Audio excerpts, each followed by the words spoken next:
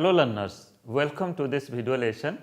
Today we are going to discuss about Mahatma Gandhi, Gandhiji's concept on education, Gandhiji's philosophy on education, Gandhiji's concept on curriculum, and most important we will discuss today about the craft centered education and basic education which is based upon educational concept of Gandhiji.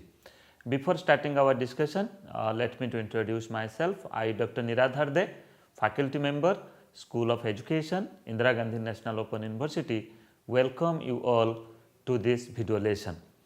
Friends, as you know that presently we are in the 7th module of our course.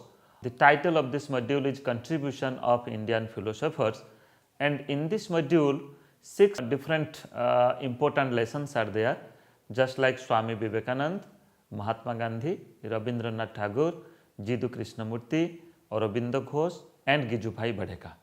We have already discussed the first lesson of this module, that is Swami Vivekanand, Vivekanand's concept on education, Vivekanand's philosophy, educational philosophy, and today we are going to discuss the second important lesson, that is about educational concept of Mahatma Gandhi. Before starting our discussion, let me to focus upon some of the learning outcomes of this lesson.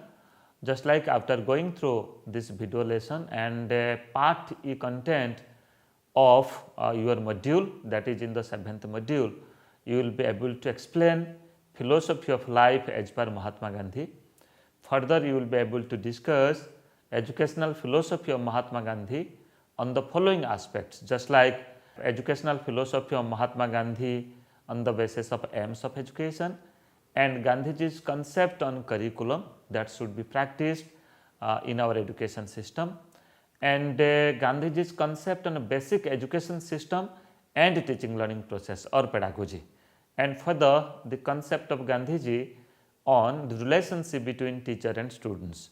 So, these are the 4 important aspects that we will be discussing today in this video lesson, and I am very much hopeful that after going through this video lesson and the content which is included in your self learning material, you will be able to achieve these learning outcomes. Now, let us focus upon philosophy of life as per Mahatma Gandhi. Friends, Gandhiji's philosophy is based upon 6 different important aspects, just like first is truth, second is non-violence, that is ahimsa, then third is simplicity, fourth is love for all, fifth is leadership, and sixth is dignity of labor. These are his life philosophy, and you will find that Gandhiji's philosophy on life is very much reflected on his educational philosophy, and accordingly he has conceptualized the system of education. You will find that the concept of values, just like truth, is very much reflect in educational concept of Gandhiji. Non-violence or ahimsa is another important aspect, that how to practice the values like non-violence. As you know, if you will go through life philosophy of Gandhiji, definitely you will find that in every concept, in every chapter, in every aspect of Gandhiji's life, you will find the values which is inclined, that is non-violence, that how one can win by practicing non-violence. Okay, so that is why in his educational philosophy also practicing non-violence is also another important aspect. Then further simplicity, how to live a simple life and how to practice a high thought, or how to implement a high ideas and ideologies for the betterment of the society. Then further love for all. When we talk about the schooling system, when we talk about the relationship between teacher and students, when we talk about the system of education in our school, you will find that somehow there is the sense of love for all and work for all. So, such type of things are very much reflect in Gandhiji's philosophy of life, at the same time in his educational concept. Then further leadership, how to take leadership is also another important concept, and the dignity of labor. Okay, so how to include ourselves in varieties of work, and how every work, every profession and every nature of work is having its own dignity. So that is also being reflected in Gandhiji's philosophy of life. And further to go through the concept of Gandhiji's philosophy of life, we find that there are three important aspects. One is concept of man, Gandhiji's concept on man, then further Gandhiji's concept on freedom, then further Gandhiji's concept on God and truth. Further we will try to understand that what Gandhiji thought about man, about the entire human being, about the human society, and further what is the importance of freedom of one's life. Okay, so what is the concept of freedom that has been given by Gandhiji. Okay, then further what is the concept of God and truth, and how these concepts are implemented in education. Okay, in the system of education is also part of our discussion. Now let us focus upon Gandhiji's philosophy of life on these three important aspects that we have already discussed in our earlier slide, that is Gandhiji's concept of man, then Gandhiji's concept on freedom, then further Gandhiji's concept on God and truth. Now let us focus on Gandhiji's concept on man. According to Gandhiji, man is a socio-cultural, political and economic being. Over and above, he is spiritual. He is a spiritual entity. For him, individual is the supreme consideration. Try to understand. Gandhiji's concept on man is not just like a physical entity. Rather, every individual is a socio-cultural being. That means every individual is part of the society, and every individual in the society, they practice the culture of the society, they practice the tradition of the society. So that's why, friends, the concept of man is not limited only in the physical entity, rather it is widespread. It is for the contribution of the development of the society and to mingle oneself in the cultural practices. And further, man is also a political and economic being, because every individual is having certain perspective in his or her life, and out of which social perspective is there, cultural perspective is there, at the same time economic and political perspectives are also there. Every individual think politically, and to live in the society they also believe in certain political ideas and ideologies. Okay, so that's why the political thinking is also aligned with the individual in his thinking process. Then economic being, every individual should self-sufficient, every individual should get a work, and every individual should involve oneself in different world of work. So that's why every individual is an economic being. Okay, so they have the right to earn the bread and butter and to be self-sufficient. So that's why Gandhiji's concept of man, concept of human being, concept of individual is widespread. And further, to focus upon freedom, Gandhiji's concept on freedom, that is, he says that on freedom of individual, Gandhiji says individual is spiritual in origin and social in nature and rational in selection. Try to understand.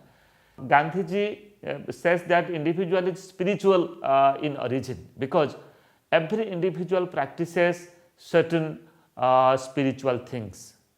Everyone is having certain spiritual belief. Okay, so this is something different from a religious belief. Spiritual is above the religion. So that's why when we talk about freedom, here Gandhiji focused upon that individual is a spiritual in origin, then social in nature, because we live in the society. So that's why we enjoy freedom to live in the society. We enjoy freedom to live in a group, and at the same time individual is also rational in selection, because every individual is having his or her own independence, own rights, own responsibilities. Okay, so here when we talk about right, definitely it is based upon the freedom. So that's why one should live with freedom, and that is possible when we think to lead our life, to live in the society in a very rational way. So that's why rational in selection is also another important aspect related to freedom of the individual as per Gandhiji. And further, freedom is inherent trait of an individual. It is within the individual and it doesn't come from outside. So every individual think freely, act freely. Okay, so that's why it is an inherent trait. You cannot say that freedom is given by others, given by the constitution, rather individual born with the freedom. So that's why it is a practice, it is an inherent ability of the individual, and every individual think independently and practice freedom. Further, his concept of individual freedom is in relation to socio-political context associated with democracy, self-rule and self-sufficiency. Try to understand this important aspect. The concept of individual freedom is in relation to socio-political context. So friends, we practice freedom. How much of freedom we can practice? Because we live in a society, we live in a group. So we practice group living. So that's why in our society you will find that certain rules and regulations are there, certain societal practices are there. So we have to obey, we have to go with the norms and standards, with the rules and regulations that have been practiced in the society. So that's why though individual is having a freedom, still then that freedom within the jurisdiction of the socio-political context, our social life and our political living. And further, it is also associated with democracy. We practice a democracy as per the concept of democracy, as per the fundamental principles of the democracy. Every individual acts, and further every individual practices self-rule and self-sufficiency. It is also right of the individual. Further, Gandhiji expressed ultimate reality is the truth. Truth is God and God is truth. So Gandhiji realized that truth is nothing, it is just like God, and God is nothing, it is just like truth. If an individual is practicing truth in his life, then definitely he is practicing, you can say, the sacred thing of the God. So that's why truth and God is related with each other. They are the two sides of the same coin, you can say. According to Gandhiji, realization of self is the realization of truth, and God is the goal of all values and aspirations. So friends, when we realize the truth and when we practice the truth, then definitely we practice the God. So these are the three different concepts which is based upon Gandhiji's philosophy of life, that is concept on individual. Gandhiji believed on the complete development of the individual. It may be spiritual development, social development, cultural development, economic development, physical development, okay. And at the same time, Gandhiji believed in freedom of life of the individual, and Gandhiji also believed to practice truth. And when we practice truth, then definitely we practice the sacred thing of the God. And further, now let us focus upon basing upon the philosophy of life. What is educational philosophy of Gandhiji? Just like Gandhiji's educational vision took shape through his educational experiments and experiences at the Tolstoy farm in South Africa. You must have acquainted, you must have aware that Gandhiji started his work in Africa, in South Africa, and from there he has practices his educational philosophy in the Tolstoy farm, and further he has practiced it in our country, in India. By education, Gandhiji means an all-round drawing out of the best in the child and man, body, mind and spirit.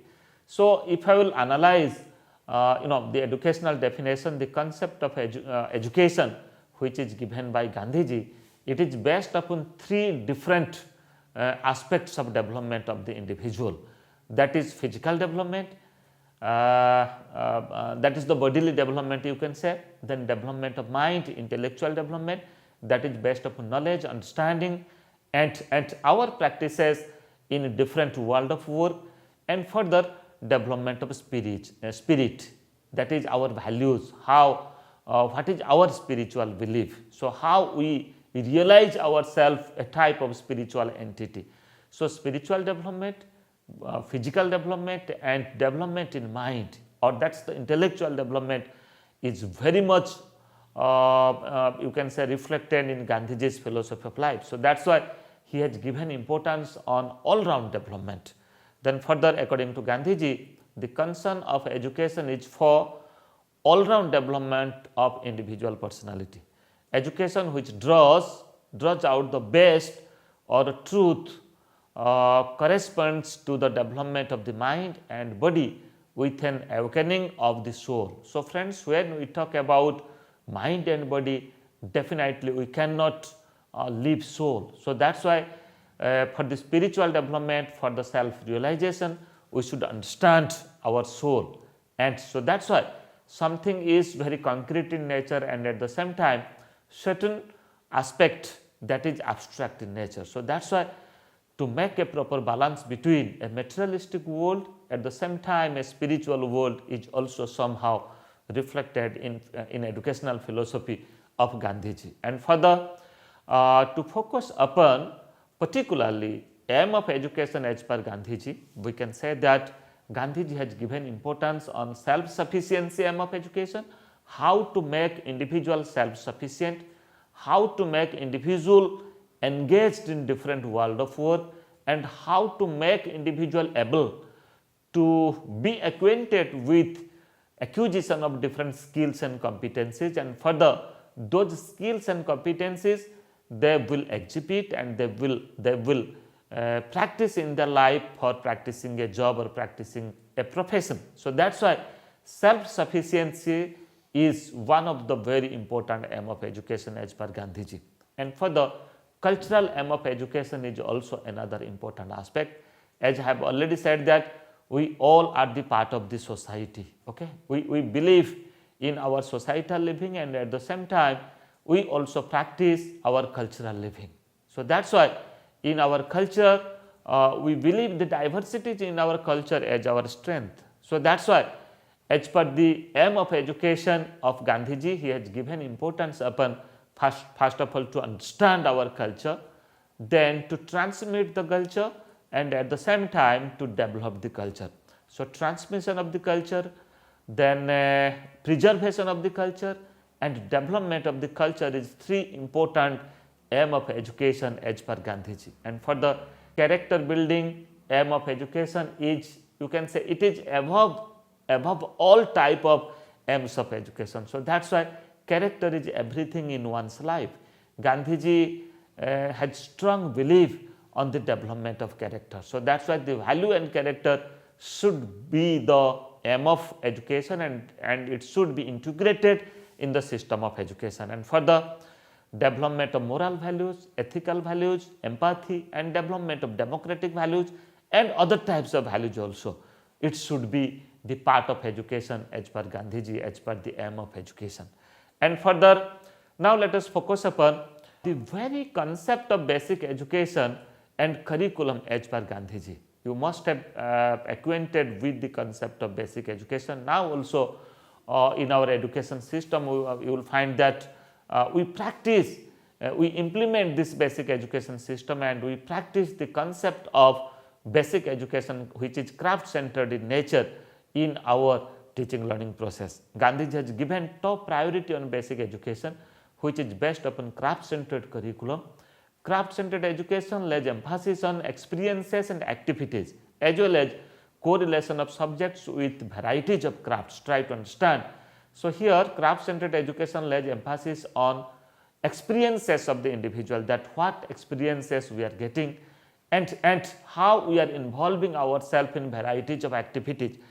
And in craft centered education, how to correlate subject with the craft, how to address different types of craft in our subject. So, it should beyond the theoretical limitation, rather that we call as the graduated skill. That means what skills and competencies that are included, that are integrated with our syllabi, with our curriculum and how to achieve or how to practice those crafts. And further, craft centered education helps to develop an all round personality in which knowledge, action and feelings are evenly balanced. Okay. So, here for the all round development of the personality, somehow craft should be the integrated part of our curriculum.